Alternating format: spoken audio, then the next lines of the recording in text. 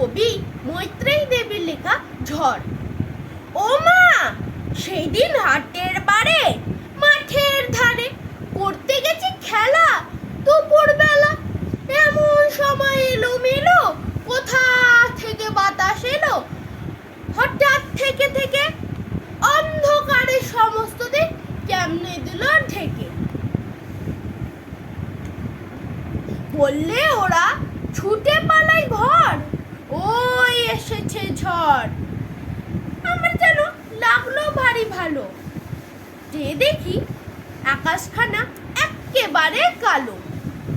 কালো হলো বকুলতলা, কালো চাপার বন, কালো জলে দিয়ে পারি, আসলো মাঝি তাড়াতাড়ি। কেমনে জানি করলো আমার মন, ঝড় কারে মা কয়, আমার মনে হয় কাদের যেন ছেলে। কালের দোয়াত কেমনে করে হঠাৎ দিল ফেলে। যেমন করে কালি আমি তোমার মেঝের ওপর ঢালি। আসলো কোমল ঠোঁটটি মেলে, ভীষণ কেমন আগুন জেলে।